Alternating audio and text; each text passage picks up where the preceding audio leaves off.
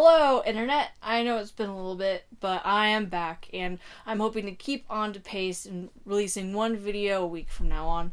The last month just got a little bit hectic between filming things and, of course, the holidays. But I'm back on track, and it is Star Wars time. So, as you most likely know, unless you live under a rock, Rogue One came out recently, and it's basically the only thing I've been able to talk to about people. And it's not necessarily because it's the only thing I can think about, but all of my friends are a bunch of nerds, so naturally it's pretty much the only thing anybody wants to talk about right now. The thing that's great about Star Wars is that it's such an immersive universe. There's so many different things that you could talk about. And it got me thinking recently about all of the crazy fan theories there are for just The Force Awakens.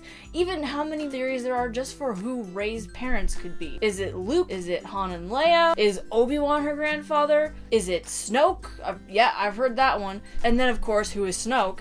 Is he the Emperor? Is he Darth Vader? Is he Darth Plagueis? And of course, the lovely fan theory that Kylo Ren is a double agent for the Resistance and he killed Han Solo with permission of Han Solo. But that got me thinking, and I was wondering if fan theories have always been this crazy, because I know that there were people who had just as many questions back when the original series came out in the 70s and 80s. There were so many fan magazines dedicated just to Star Wars at the time that I know there have to have been some sort of theories about what was going on, because what are you gonna do? In between Empire Strikes Back and Return of the Jedi, I know they wanted to know who that Yoda was talking about was. Between episode 4 and 5, you know, who's Luke's dad? I can't imagine that people just said, oh, we'll wait until the movie comes out. I'm perfectly happy not knowing a thing for the next couple years.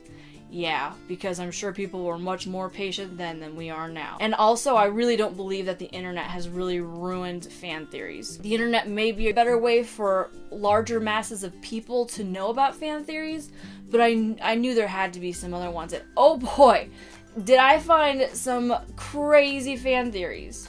They might be crazier than ours. Like, I know that it's kind of ridiculous to think that Darth Vader could be Snoke, but let me just get into these now. First of all, according to fans, basically everybody in the Star Wars universe could possibly be Luke Skywalker's father, starting with Obi-Wan. This one makes sense. I can see why people believed it, because Obi-Wan gave Luke his lightsaber. He was on Tatooine. He seemed to know who the kid was. But they continued with this fan theory, because they thought even after Darth Vader said, Luke, I am your father, they went, oh, no.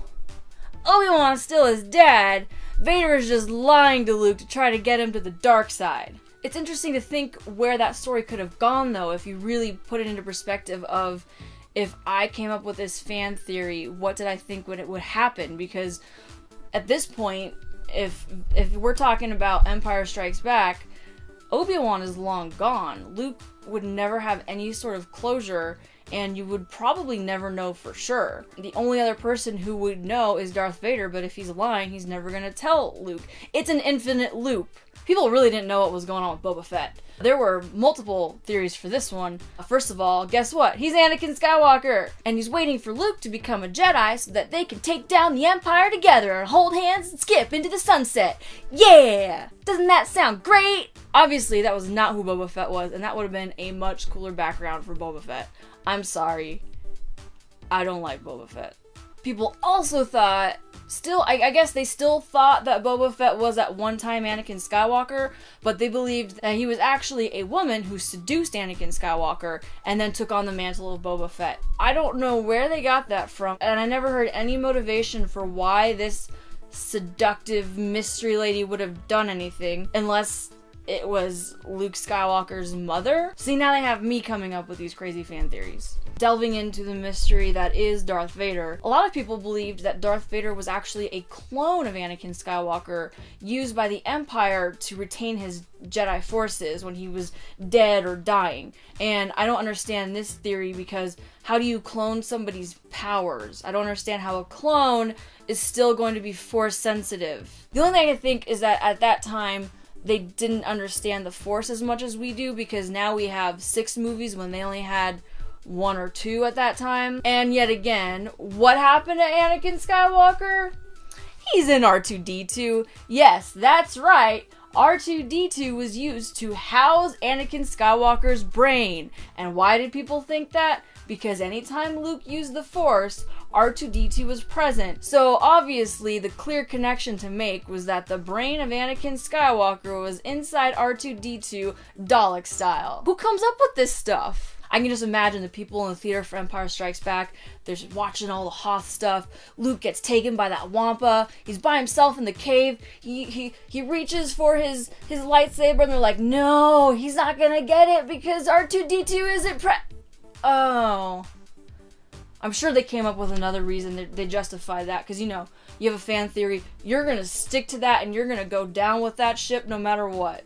Your fan theory is totally true. Here's another fan theory that still holds true today, so there's a very good chance that you might have heard it, but I hadn't heard it before and it blew my mind, and I kind of think it's very possible. A lot of people believed and still believe that Han Solo is Force sensitive.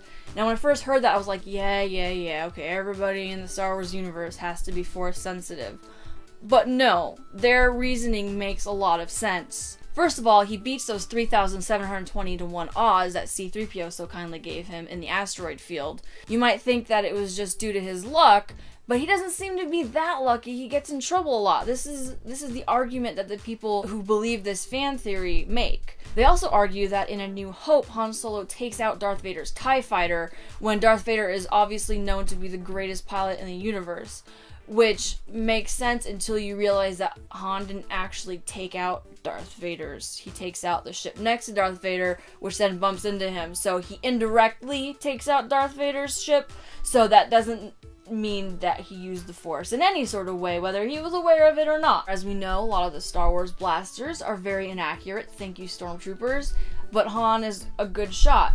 People have looked at statistics of the most accurate shots, and actually, the number one most accurate shot is Princess Leia. She hits almost every single target she aims for. Han Solo is still good, but not 100%. People believe that perhaps Han Solo's Force sensitivity is why Obi-Wan chose him for a pilot in New Hope. So there's a lot of interesting points to this fan theory, and as I read through it the first time, I thought, oh, actually that makes a lot of sense. But as I went back and thought about, oh, well, Han didn't actually hit Darth Vader, and he's not as accurate as you say, I think it's really just chalked up to he has really good luck and maybe a little bit of inaccuracies with the movies. And to conclude this list, I saved my favorite and the craziest fan theory for last, which is the Obi-Wan clone theory. This theory can be attributed to Bill Hayes, who wrote an article in Fantastic Films number 20. He went very into detail. He also described in entirety what he thought would happen in the prequel episode 1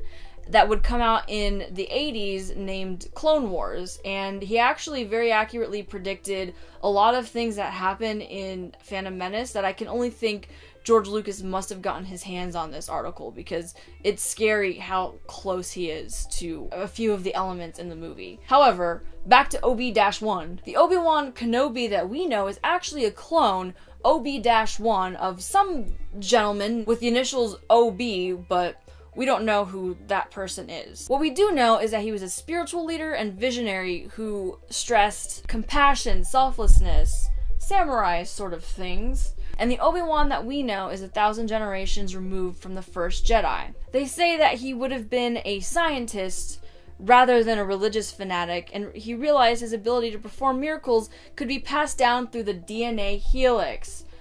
Because again, cloning means that you can pass down abilities, right? I have to now go into some direct quotes from this article because I can't describe it better myself. If the early Christians cloned Jesus to preserve his unique DNA, they might have built the Jesus Eugenics Development Institute. Jedi. This theory went on to say that the human brain cannot comprehend the complexity of the DNA molecule, so all of the information was stored in droids, which makes R2-D2 an unobtrusive observer of the Jed Institute. Another direct quote, Lucas says that Star Wars is really the robot story. Is it possible the Jedi Knights were cloned from an artificial gene created by robots to give mankind the religious leaders it wanted? I would have loved to get my hands on the full article so that I could really read into this, because the little bits that I was given, it's hard to make cohesive sense out of it, because at times it's suggested that Obi-Wan is a clone of the first Obi, but also 1,000 generations removed, and that doesn't make sense.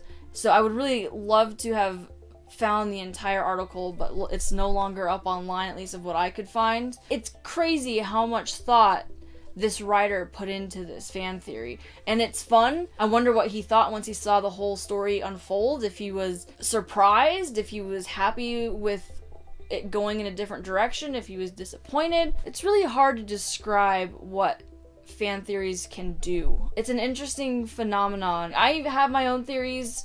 You know, I want to know who Rey's parents are just as much as everybody else, and I can't wait to see what else comes from the series. If you have any fan theories that you like or that you think are just crazy, please share them in the comments below. I would love to collect more fan theories. And it doesn't have to be classic fan theories. It could be something from the prequels or from Force Awakens or Rogue One, if there's any fan theories from that. So please share, and I'll see you next week.